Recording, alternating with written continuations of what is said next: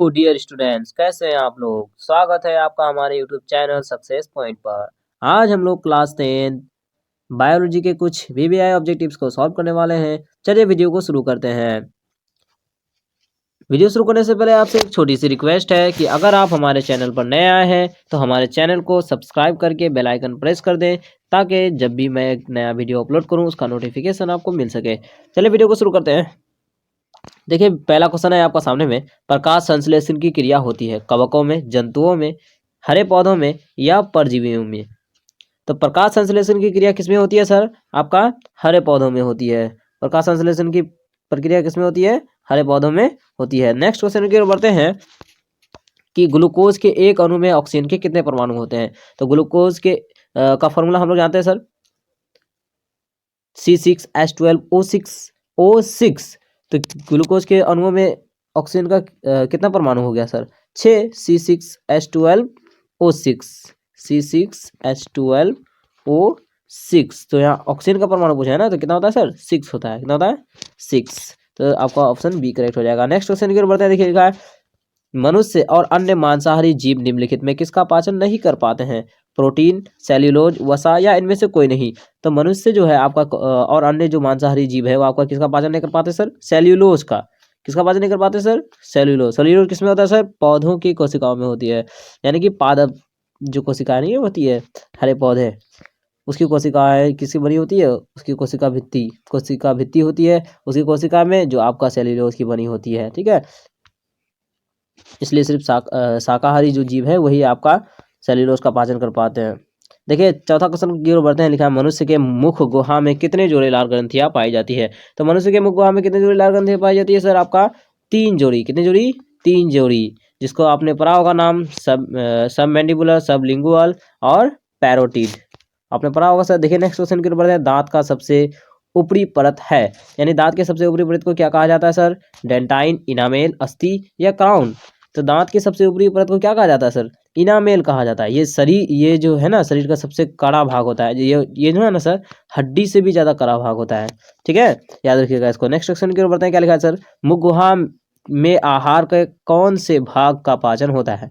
मुख गुहा में आहार के कौन से भाग का पाचन होता है? प्रोटीन, वसा, कार्बोहाइड्रेट या न्यूक्लिक एसिड। तो मुख गुहा में हमको पता है सर, भोजन का पचना मुख गुहा से स्टार्ट हो जाता है। तो आपका यहाँ पे कौन से भोजन का पाचन शुरू होता है सर? कार्बोहाइड्रेट का। कहाँ पे सर? किसका पाचन होता है मुख गुहा में? कार्बोहाइड्रेट का। जो कार्बोहाइड्रेट किस में बदल जाता है सर? माल्टोस में बदल जाता है। पढ़ा होगा आपने। देखिए नेक्स्ट क्वेश्चन की ओर बढ़ते हैं। स्वपोषी पोषण के लिए आवश्यक है वर्णहरित यानी क्लोरोफिल, सूर्य का प्रकाश, कार्बन डाइऑक्साइड या इनमें से सभी। तो स्वपोषी पोषण के लिए क्या आवश्यक है सर? इनमें से सभी आवश्यक है। क्लोरोफिल भी जरूरी है, सूर्य का प्रकाश भी, कार्बन डाइऑक्साइड भी, और जल भी जरूरी है। तो यह सब हो जाएगा सर। ठीक है, जल नहीं दिया वैसे। प्रकाश संश्लेषण क्रिया में ऑक्सीजन बाहर निकलता है जल से, कार्बन डाइऑक्साइड से, ग्लूकोज से या डिक्टियोजोम से। तो प्रकाश संश्लेषण क्रिया में ऑक्सीजन कहाँ से निकलता है सर? जल से निकलता है। कहाँ से निकलता है? बहुत से बच्चे सोच रहे होंगे कार्बन डाइऑक्साइड से। नहीं सर, जल से निकलते हैं। कहाँ से निकलते हैं? जल से निकलते हैं। नेक्स्ट क्वेश्चन की ओर बढ़ते हैं। देखिए क्या लिखा है कि मैग्नीशियम पाया जाता है क्लोरोफिल में, लाल रक्तकण में, वर्णिलवक में या फिर श्वेत रक्तकण में। तो मैग्नीशियम किसमें पाया जाता है सर? क्लोरोफिल में पाया जाता है। किसमें पाया जाता है? मैग्नीशियम किसमें पाया जाता है? क्लोरोफिल में, यानी कि ऑप्शन ए आपका करेक्ट हो जाएगा सर। देखिए नेक्स्ट क्वेश्चन की ओर बढ़ते हैं। क्या लिखा है? पत्तियों में गैसों का आदान प्रदान कहाँ होता है? पत्तियों में गैसों का आदान प्रदान जो है कहाँ होता है?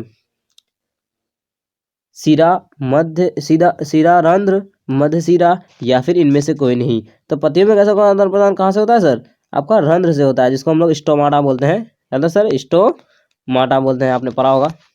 ठीक है, नेक्स्ट क्वेश्चन की ओर बढ़ते हैं। क्या लिखा है सर? इनमें स्वपोषी कौन है? हरे पौधे, कीट, मछली या इनमें से सभी। तो स्वपोषी कौन है सर? स्वपोषी किसको बोलते हैं? जो अपना भोजन खुद बनाते हैं। तो यहाँ हरे पौधे आपका खुद भोजन बनाते हैं, बाकी सब तो निर्भर होते हैं, डिपेंडेबल है। देखिए नेक्स्ट क्वेश्चन की ओर बढ़ते हैं। 12 नंबर।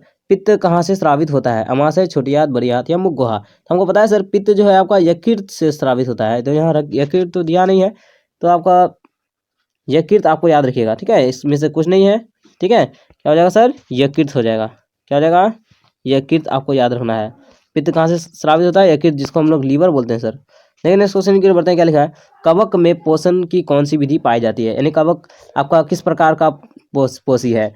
स्वपोषी, मृतजीवी, पोषी, परपोषी या समभोजी। तो कवक जो है हमको पता है सर मृतजीवी है, क्योंकि सड़े गले पदार्थों से अपना भोजन बनाता है, इसलिए आपका मृतजीवी करेक्ट हो जाएगा। देखिए 14 नंबर क्वेश्चन की ओर बढ़ते हैं। अमाशय के जठर ग्रंथि से कौन सा अम्ल स्रावित होता है? यानी कि अमाशय की जठर ग्रंथि है ना सर, वहां से आपकी कौन सी अम्ल जो है निकलती है?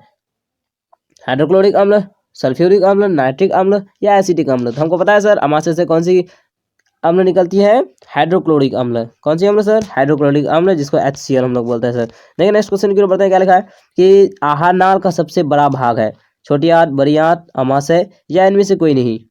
तो क्या होगा सर? बहुत से बच्चे सोच रहे होंगे कि बड़ी आंत, बड़ा नाम है तो बड़ा होगा, तो बड़ा ये वाला नहीं होगा सर, ये वाला नहीं होगा, बड़ी आंत नहीं होता है, छोटी आंत होता है। नाम है छोटा पर काम बहुत बड़ा है, इसका बहुत लंबा होता है सर। शरीर का सबसे लंबा जो आपका आहार नाल का सबसे लंबा भाग है ये छोटी आंत। ठीक है, देखिए नेक्स्ट क्वेश्चन की ओर बढ़ते हैं। क्या लिखा है? कूटपाद किस में पाया जाता है? पैरामीशियम में, यूग्लिना में, अमीबा में या इनमें से कोई नहीं? तो कूटपाद आपका किस में पाया जाता है सर? अमीबा में पाया जाता है। किसमें? अमीबा में, क्योंकि अमीबा का आकार अनिश्चित होता है, 1 सेकंड में उसका आकार बदल जाता है। तो ये जो आपका पार्ट है, ये दोनों ठो जो आपका उसको भोजन को पकड़ने में मदद करता है, इसको हम लोग बोलते हैं क्या सर? कूटपाद बोलते हैं। क्या बोलते हैं? कूटपाद। देखिए नेक्स्ट क्वेश्चन की ओर बढ़ते हैं। क्या लिखा है? कौन सा एंजाइम वसा पर क्रिया करता है? वसा, वसा पर कौन सा एंजाइम क्रिया करता है सर? यानी कि वसा को पाचन में आपका कौन सा एंजाइम सहायक है? पेप्सिन, ट्रिप्सिन, लाइपेज या एमाइलेज? तो वसा का पाचन कौन करता है सर? लाइपेज करता है। कौन करता है? लाइपेज, याद रखिएगा। देखिए नेक्स्ट क्वेश्चन की ओर बढ़ते हैं। क्या लिखा है कि सभी जीव जंतुओं के लिए ऊर्जा का अंतिम स्रोत है? यानी कि सभी जीव जो है अंतिम रूप से कौन सी ऊर्जा के स्रोत पर डिपेंड है? ग्रह, चंद्रमा, सूर्य या कोयला? तो आपका क्या होगा सर? सूर्य। अंतिम रूप से हम लोग किस पर निर्भर है सर? सूर्य पर। यानी कि सूर्य जो है ऊर्जा का अंतिम रूप है। ठीक है सर, अंतिम रूप से यानी कि जिसके पास भी अभी सूर्य ऊर्जा है, ये आपका कहाँ से आया है? सूर्य से ही आया है। ठीक है सर, जैसे कोयला, अगर आप कोयला लीजिएगा तो कोयला आपका किससे, कोयला कहाँ से बनता है? पेड़ पौधे से, और पेड़ पौधे कहाँ से ऊर्जा लेते हैं सर? सूर्य से लेते हैं। ठीक है, नेक्स्ट क्वेश्चन के लिए बढ़ते हैं। क्या लिखा है? भोजन का पचना किस प्रकार की अभिक्रिया है? उपचयन, संयोजन, अपचयन या फिर विस्थापन? तो हम लोग को पता है सर कि भोजन का पचना किस प्रकार की अभिक्रिया है? उपचयन अभिक्रिया है। किस प्रकार की अभिक्रिया सर? उपचयन अभिक्रिया है। नेक्स्ट क्वेश्चन की ओर बढ़ते हैं। क्या लिखा है सर? पौधों और पशुओं की कोशिकाओं का वैज्ञानिक अध्ययन क्या कहलाता है? यानी कि पेड़ पौधों और कोशिकाओं की जो कोशिका का अध्ययन करेंगे तो आप लोग कौन सी विज्ञान के आधार पर करेंगे? आनुवांशिकी, कोशिका विज्ञान, साइटोजेनेटिक्स या ऊतक विज्ञान? तो हम लोग को पता है सर कि कोशिकाओं का जो अध्ययन होता है वो आपका कौन से विज्ञान के कौन से विज्ञान के अंतर्गत किया जाता है? कोशिका विज्ञान के अंतर्गत किया जाता है। कौन से विज्ञान के अंतर्गत? कोशिका विज्ञान, जिसको हम लोग साइटोलॉजी बोलते हैं। सर आपने सुना होगा नाम कभी, साइटोलॉजी। ठीक है, इसमें हम लोग कोशिका, जीव जंतुओं की कोशिकाओं के बारे में ही हम लोग अध्ययन करते हैं। ठीक है, क्या होगा सर? साइटोलॉजी। नेक्स्ट क्वेश्चन के बताएं। वायवीय शोषण में डैश एटीपी का निर्माण होता है, जबकि अवायवीय शोषण में डैश एटीपी का निर्माण होता है। यानी यहाँ पे क्या पूछा है सर कि वायवीय शोषण में कितना एटीपी का निर्माण होता है और अवायवीय शोषण में कितना एटीपी का निर्माण होता है? 2 ATP, 36 ATP, 36 ATP, 2 ATP, 36 ATP, 38 ATP, 2 ATP या फिर 38 एटीपी या फिर 2 एटीपी? तो देखिए सर, वायवीय शोषण में ना आपका 36 एटीपी का निर्माण होता है, सबसे ज़्यादा आपका वायवीय शोषण में होता है, और अवायवीय शोषण में 2 एटीपी का निर्माण होता है। तो इसलिए आपका ऑप्शन बी जो है करेक्ट हो जाएगा, 36 एटीपी और वायवीय शोषण में, और 2 एटीपी आपका किसमें? अवायवीय शोषण में। नेक्स्ट क्वेश्चन की ओर बढ़ते हैं सर। क्या लिखा है कि निम्नलिखित में किसे कोशिका का ऊर्जा मुद्रा के नाम से जाना जाता है? कोशिका का ऊर्जा मुद्रा आपका कौन है सर? यानी कि जो आपका माइटोकॉन्ड्रिया में ऊर्जा बनता है वो आपका किस रूप में संचित होता है?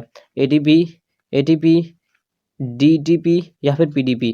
तो क्या होगा सर? आपका एटीपी के रूप में संचित होता है ऊर्जा। किसके रूप में सर? एटीपी के रूप में ऊर्जा संचित होता है। नेक्स्ट क्वेश्चन की ओर बढ़ते हैं। क्या लिखा है सर? पौधों में गैसों का आदान प्रदान किसके द्वारा होता है? पौधों में गैसों का आदान प्रदान किसके द्वारा होता है सर? जल, तना, टहनी या फिर रंध्र? तो पौधों में गैसों का आदान प्रदान किसके द्वारा होता है सर? रंध्र के द्वारा होता है। किसके द्वारा? रंध्र के द्वारा होता है। याद रखिएगा, बहुत इंपॉर्टेंट क्वेश्चन है स्टोमाटा। देखिए, तिलचट्टा में कितने जोड़े श्वास रंध्र पाए जाते हैं? तिलचट्टा में कितने जोड़े श्वास रंध्र पाए जाते हैं सर? आपका 2, 8, 10 या 16? तो तिलचट्टा में कितने जोड़े श्वास रंध्र पाए जाते हैं? 10 जोड़े। कितने जोड़े? 10 जोड़े। नेक्स्ट क्वेश्चन की ओर बढ़ते हैं। क्या लिखा सर कि मानव हृदय में कोष्ठों की संख्या कितनी होती है? मानव हृदय जो है उसमें कितने चैम्बर होते हैं, जिसको हम लोग बोलते हैं सर? कोष्ठ कितने होते हैं? 2, 3, 4 या फिर 5? तो मानव में कितने कोष्ठ होते हैं सर? 4 होते हैं। ठीक है, पता ही होगा आपको, दायां अलिंद, बायां अलिंद, दायां निलय और बायां निलय। देखिए नेक्स्ट क्वेश्चन की ओर बढ़ते, क्या लिखा है, किस जीव में हीमोग्लोबिन नहीं होता है। हीमोग्लोबिन आपका किस यानी कि नीचे जो आपका जीव दिया हुआ है उसकी हीमोग्लोबिन कहाँ होता है सर, रक्त में।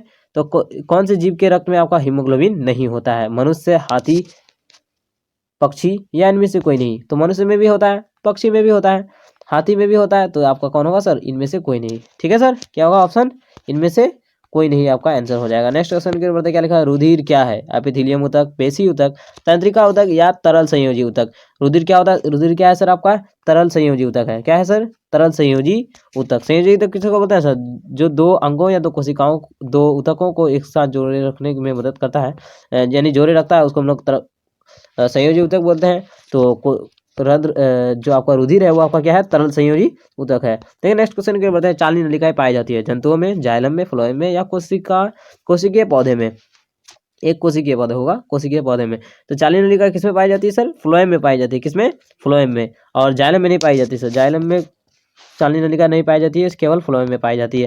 देखिए आरबीसी का जीवन अवधि होती है, आरबीसी की जीवन अवधि कितनी होती है सर, 120 दिन, 180 दिन, 80 दिन या 220 दिन। तो आरबीसी की जो जीवन अवधि होती है ना सर, वो आपका कितनी होती है, 120 दिन। कितनी होती है सर, 120 दिन होती है। ठीक है, देखिए वीडियो लगभग कंप्लीट हो चुका है। आपको वीडियो कैसा लगा हमें कमेंट कीजिएगा, अगर अच्छा लगा हो तो एक लाइक करके चैनल को सब्सक्राइब कर दीजिएगा और एक प्यारा सा कमेंट कर दीजिएगा, बहुत मेहनत लगती है वीडियो बनाने में। और शेयर कीजिएगा सर अपने दोस्तों के साथ। मिलते हैं एक और नए वीडियो के साथ, तब तक के लिए अलविदा।